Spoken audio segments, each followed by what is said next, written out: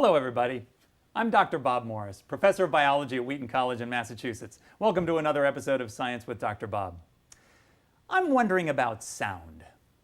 You know, we hear birds singing, we hear fireworks, we hear music.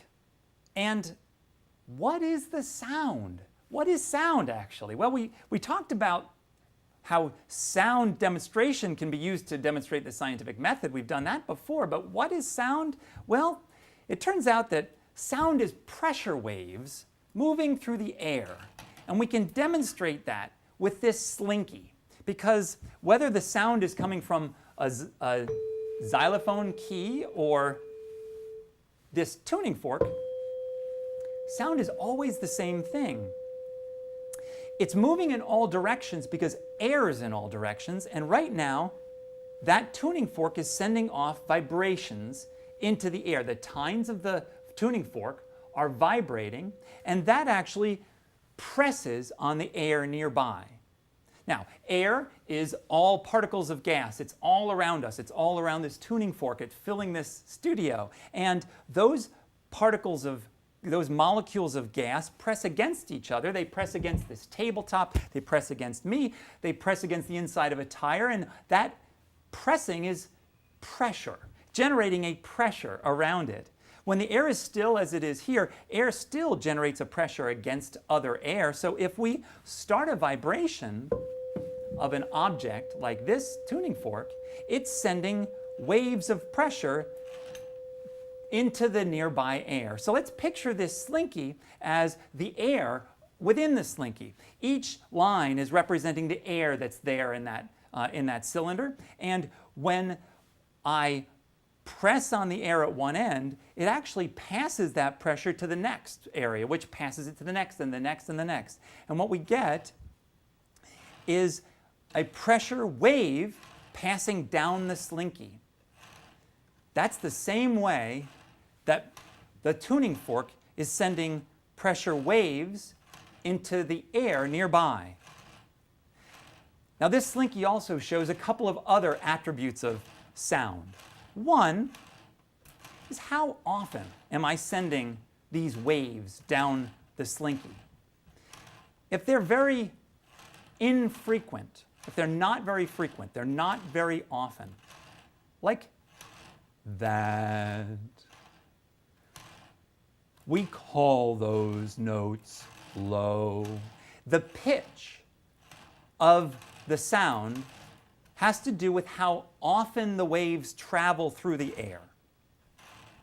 That how often or how frequent is used or is measured with a term called frequency. It's actually a term called hertz. 1 hertz is 1 1,000, 2 1,000, 3 1,000, 4 1,000, 5 1,000. It's one of those pulses per second. And that's actually too low for us to hear. When the pulses are more frequent, a friend of mine calls that frequency oftency. When it's more often, like that, the note is higher. That's whether the note is low or the note is high. We call that pitch. That's one of the terms we use to describe sound. Another is how powerful is the wave. If the wave is very powerful, that sounds loud to us. If the wave is very gentle, then that's soft to us. So the volume of the sound is the size of the wave, and the often-ness is the pitch of the sound. Now, can we see that in another device? Well, actually we can in this speaker. This big speaker is quite a lot, is exactly the same type of speaker, or the same principle as the tiny little speaker in your cell phone. We can see with this speaker that any speaker generates pressure waves in the air. I'm going to increase the volume so it's generating a bigger wave. Now it's generating enough of a dance, enough of a push on the air that we can see the speaker move And that pressure wave that it's sending out is coming out at 1 hertz, 1 pressure wave per second. We can turn that pressure wave up.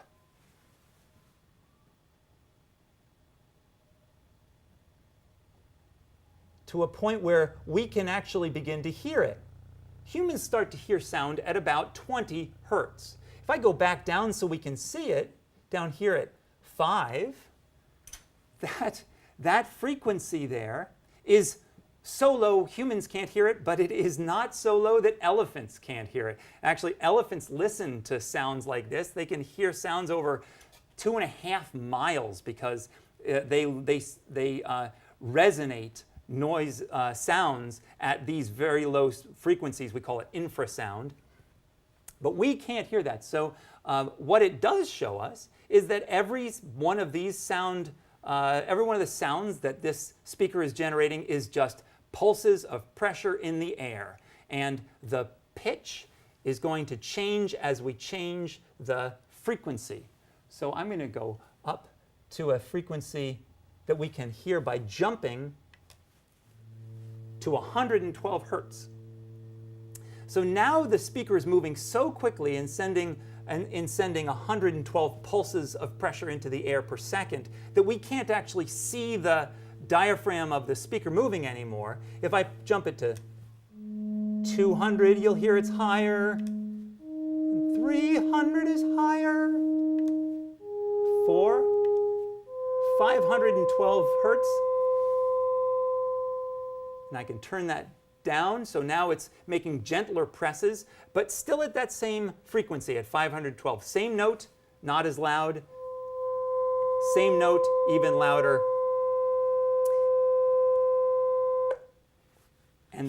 And that 512 hertz is the same frequency as that tuning fork. So whether it's a speaker like that, or the speaker in your cell phone, or a tuning fork, or a xylophone key, objects that create those pressure waves in air are creating sound. Those sound waves can be picked up by your eardrum and registered by your inner ear as sound waves coming from the air around you. So, whether it's a speaker like that, or your cell phone, or tuning fork, or xylophone key, all of those devices that are making pressure waves in air are generating sound. Those sound then is just those pressure waves coming at you. They can travel through air, they also travel through solids, and they travel through water too. But it's sound is pressure waves moving through the medium around them. So there's sound. For more information, come to sciencewithdrbob.com. And until next time, keep on experimenting.